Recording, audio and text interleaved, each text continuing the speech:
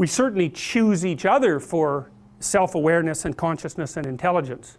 And I don't, you know, if you're choosing a mate, there's an arms race in human beings. We're choosing intelligent mates, that's especially the case for women in relationship to men. So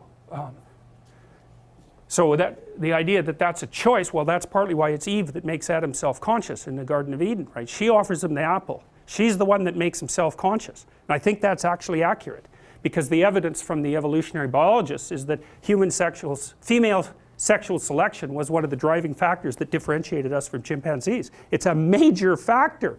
Chimpanzee females are not selective maters. They go into estrus, they'll mate with anything.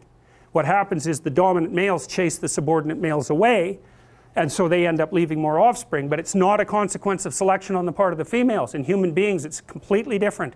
Concealed ovulation and intense selection pressure from women on men. You have twice as many female ancestors as you have male ancestors. And people can never have a hard time working that out arithmetically, but it's not that problematic. You just think on average every woman had one child, half of men had none and the other half had two.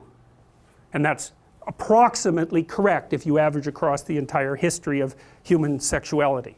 So human males in particular are subject to vicious selection pressure on the part of females, and I also think that's partly why nature is represented symbolically as female among human beings, because after all, nature is what selects. There's no better definition of nature than that which selects.